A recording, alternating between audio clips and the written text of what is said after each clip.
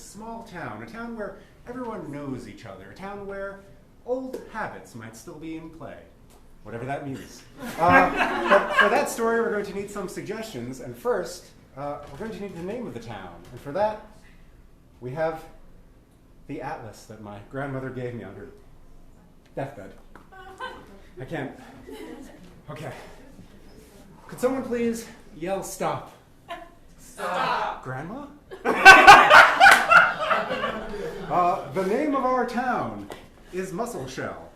Who yelled stop? I can't see. I did. Everyone yelled. Thank you. Oh, God. Yes, over here. Here's a sticker for you, sir. Oh, sticker! Wow! Wait, what's the town called? Muscle Shell. Muscle Shell?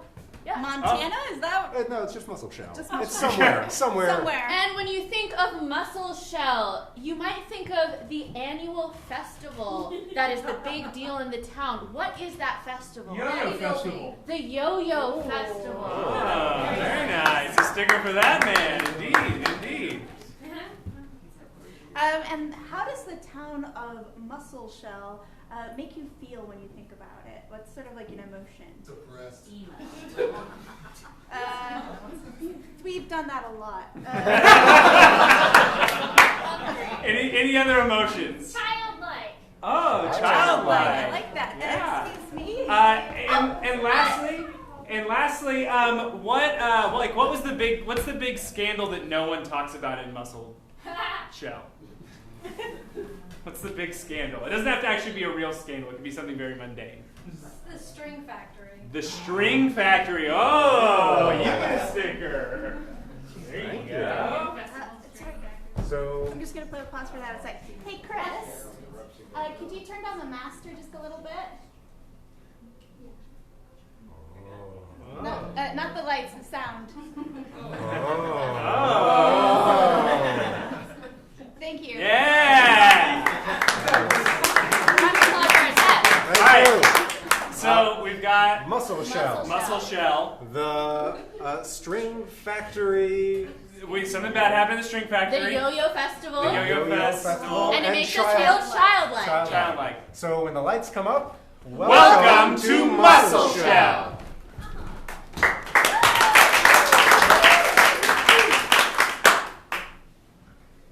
As you drive into Muscle Shell, you might see the waves crashing against the shore, and it might remind you of when you were just a tiny tot making sandcastles by the shore.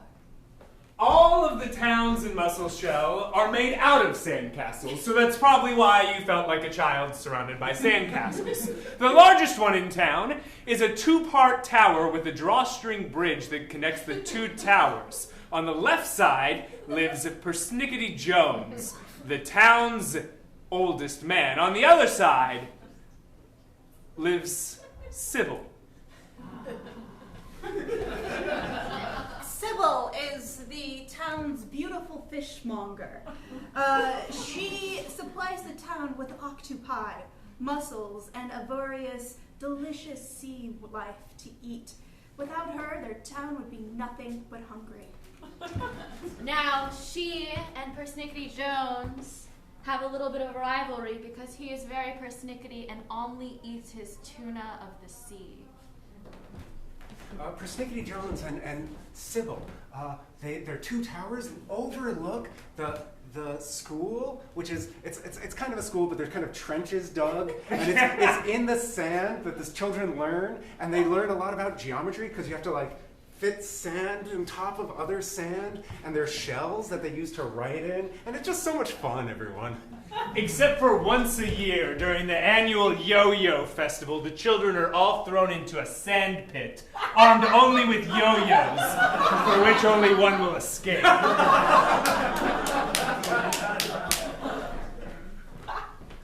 Bobby, are you practicing your yo-yo craft? Yeah, but mine keeps getting knots in it, Gina. Man, I can't look after you this year. I'm gonna be in the big kids pit.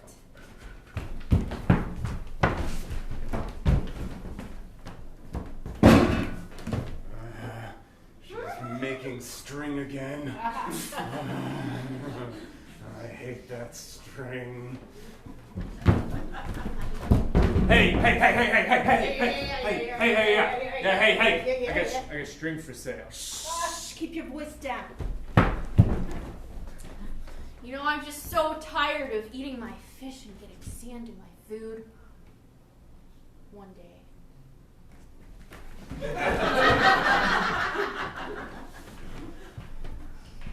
You smell them, Seymour? I smell them, Adalbert. I smell them. We smell them all.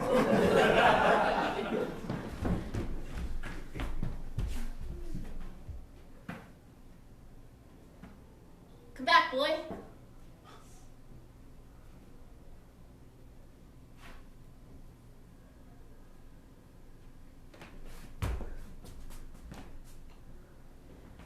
Baby. You know yo-yos are for self-defense, they're not for play.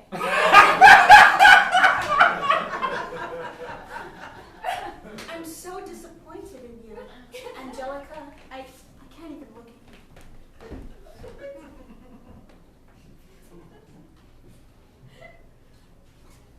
I said no play! I just can't understand why no one wants to buy a tricycle in this town.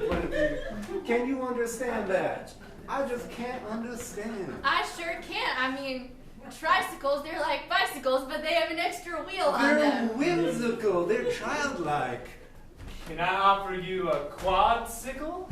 Oh, It's no. like a tricycle, but it's got 4 wheels. See, this is what I hate about being a twin.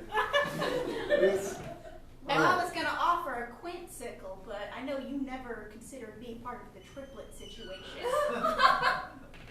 You never was part of the triplet situation. It was just the three of us. That's right, just the 3 of us. Antonio, Joe, and Serafina. A wheel for each of us, I says. That's what I says. I don't know how I survived childhood with such cold, cold siblings. Luckily, the sea was there to have my back. And Oh, Sylvia. Is that your name? Sybil. Sybil. I don't even like to remember it. I don't even like to think about your name and what Ma had to give up to get you. Sometimes I call her Symbol because it's disrespectful. Oh, sometimes I like to call her Simple, even though she's very complex. Sometimes I like to call her Sill because she just stands up on that windowsill. And looks out over us and looks down on us. Yeah, and sometimes I like to call her Melissa because that's her middle name, and she doesn't like it when I do that. No, I hate that. I'm I- Sybil. It's a proud name, shared by a shepherd. You gonna go on about that shepherd again? You Yeah. and that shepherd. Every single day you give us the history of that shepherd named Sybil. At exactly 3:42 p.m., and if my watch is correct, it's 3:42 p.m. Well, it was the last picture show when she... Thank you. Never mind. This is what always happens with Sybil. This is You what- come- This is why nobody likes Sybil. This is why I hate living in a one-room apartment with you guys, even if it is at the top of a tower. A sand tower. Well, you three wouldn't eat and wouldn't have a sand roof over your head if it wasn't for me. So I just think you should think about that occasionally and don't be so mean. Yeah? I'm sorry, Symbols. At least it's not Melissa. Melissa.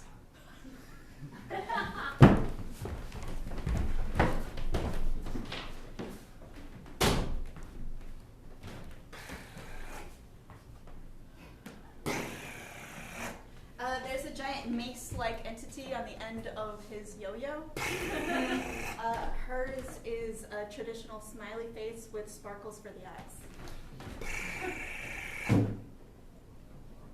You're really good at that, George. Thanks, Denise.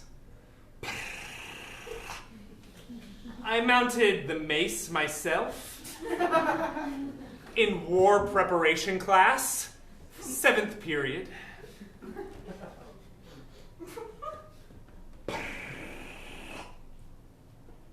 Did you model it off of Mr. Smith's self-defense? Yes, after everything Mr. Smith taught us in self-defense, second period.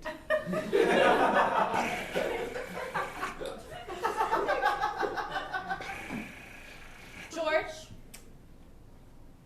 Yes, Denise?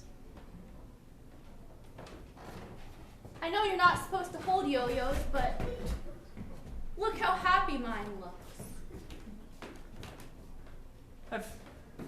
Denise, every day you show me your happy yo-yo, and every day I smile back at it. Well, I just think there has to be more to yo-yo than violent. Sorry. I got a little carried away there. Yeah, you told me that you told me that you didn't want any violence with your yo-yo, and then you threatened me with it. So I'm confused. I'm a very complex person, and I'm really just a product of my society. Oh, I learned about that in sociology class. Wow, you sure are a great student. Fourth period.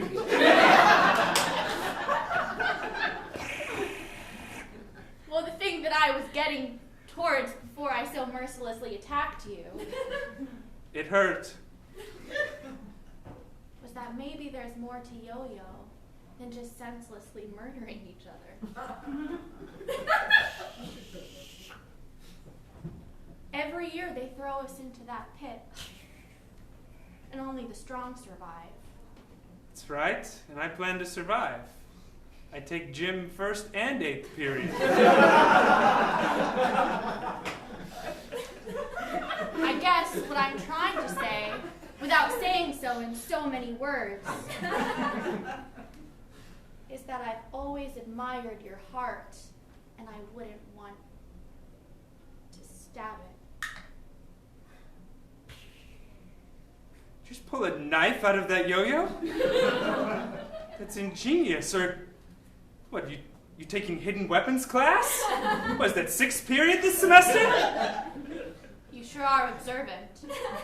I memorized the class schedule so that when I was in the yo-yo pit, I would know exactly who all I was going against and which classes they had enrolled in, so that they couldn't beat me. Meet me behind the bleachers. 21 hours.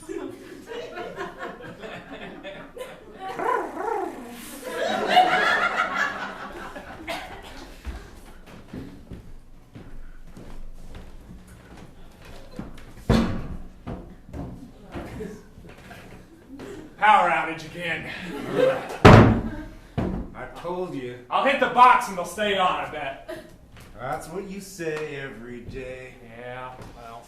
You know, my favorite thing about teaching hidden weapons? Yeah. 6th period, right? 6th and a secret period.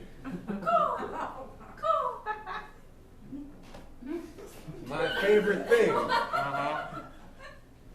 is that no one expects when it'll happen to them. Yeah, that's pretty true. You want a cigarette? I got Camel Crush. I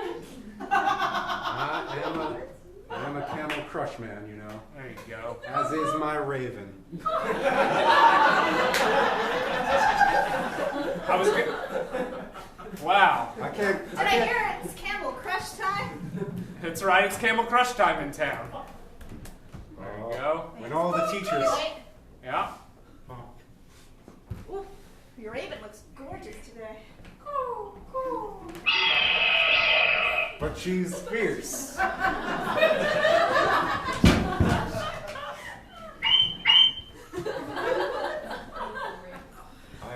That's the sound. She just crushed it. She just crushed the menthol on the end of the cigarette. She's excited. It's minty fresh.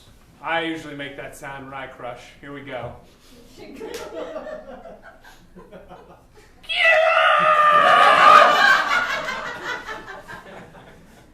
That sweet menthol taste.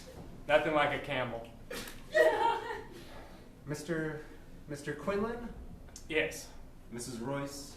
You've been here a year. You can call me Alice. You can call him, well, you can call him a lot of things. Quinny? That's fine. Quinn? better. Q. Oh, that one sounds cool. I'll take it. Q, Alice. Seymour? Something I don't understand about this town. What is it, the sand? I don't understand how we kill so many children every year. And no one comes in to complain. Seymour, you see what's outside this window? The I ocean. see the ocean. You know what happens in the ocean? Culling. Every year the orcas swim up. They eat 90% of those baby seals. What do you got left? Elephant seals. The biggest seals in the world. Like those orcas up there? Just cresting on that wave? Eating those baby seals. It's a beautiful sight. And that's what we're doing to these children? That's right. We only want the fattest ones to survive.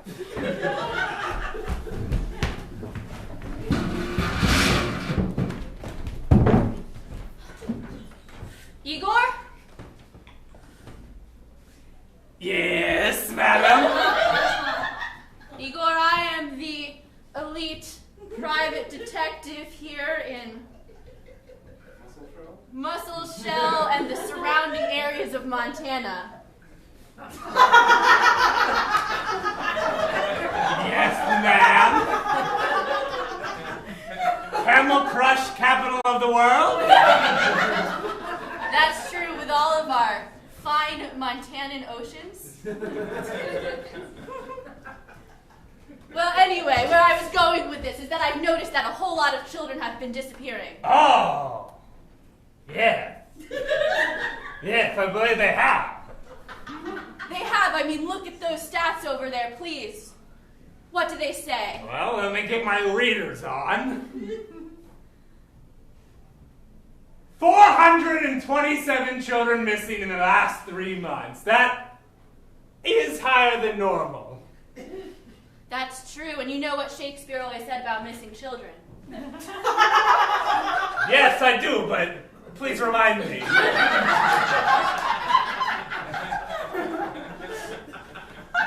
It is my favorite quote from The Merchant of Venice. That is to say, And you're gonna say it in iambic pentameter, correct? clearly. And Yes. could you explain to me what that is?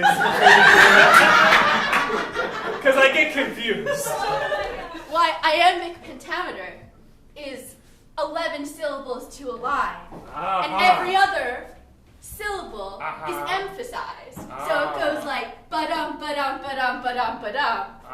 And I'm going to now recite to you what Shakespeare said about missing children in that rhythm of the olden days. Why that rich, powerful iambic pentameter. I'm gonna get a second Camel Crush for this. I'm ready.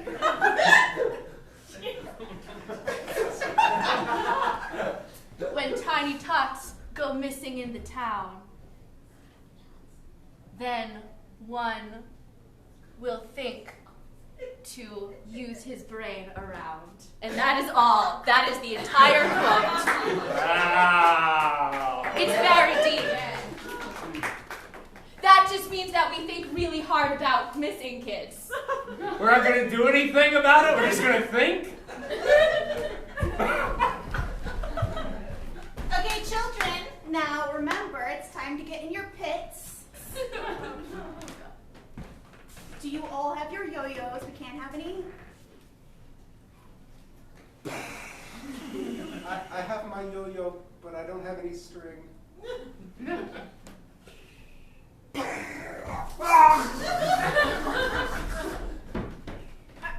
Now, Billy, you know you have to wait till you get into the pit. Fine. Can we go in the pit now? I need an aside with my daughter.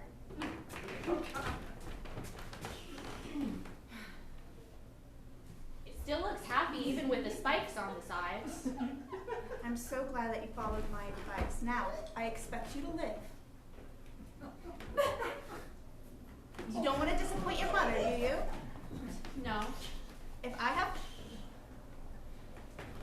But what if I don't want to kill all of them? You know, our family kill count is very important to me.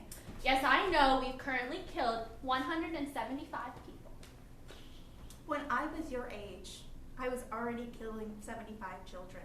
And you just let me down. You haven't killed a single one. I'm ready. Are you? Look at me. Are you a pacifist? You can tell me. You can tell me if you're a pacifist. I won't be upset. Well, not too upset.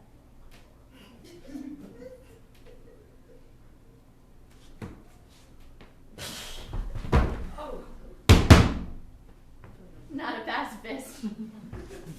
You ready to kill people? I think I just did. Did you just kill your mom?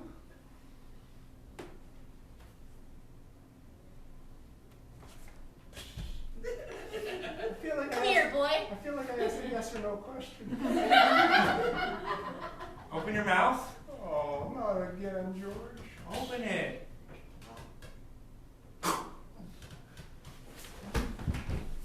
Hey, that's pretty cool when you killed your mom.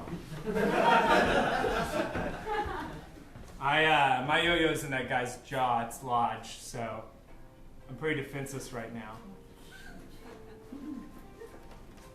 Look, I've been thinking a lot. You know, Yeah, George? yeah, I've been thinking about a lot about what you said about what you've been learning in hidden weapons in 6th period. I've been thinking about that time we had behind the bleachers about 47 minutes ago. Right before coming here. At 2,100 hours? Yep, 2,100 hours. That's military time. This is a town that runs on military time. Charlene. Charlene, I don't know how to tell you this, but my entire life, I've just wanted to kill people. I've just wanted to make large weapons on a piece of string. 5 minutes to the killing pits. Any last heart-to-hearts? It's traditional to say thank you, Five. Thank you, Five. Thank you, bye. Look, I've always just wanted to kill people. I always heard of people that were in love, and I said, that's stupid. Love's not real. Murder's real. and only the fat children can survive. But you know what? Yeah. Well, I was having my Camel Crush this morning.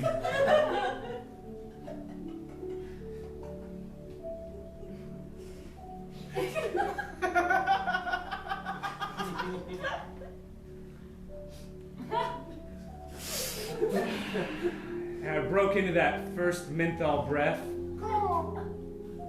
I realized something. I realized that maybe there's something more to murder going on in my heart. And I thought of you. Now, I don't have a yo-yo anymore. I've just got this heart to offer you. And if you would be so kind as to not kill me in the pits today, I'd like to marry you like a real 14-year-old boy.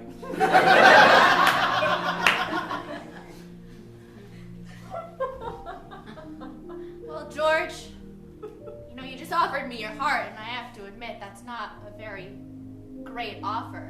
I mean, it's just your heart and it's inside your body, so what can I really do with it anyway?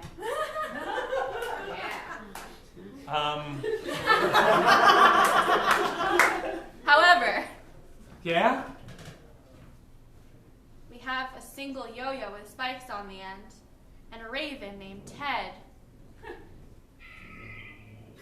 And a whole town of sandcastles all around us, with some strange string hanging from building to building.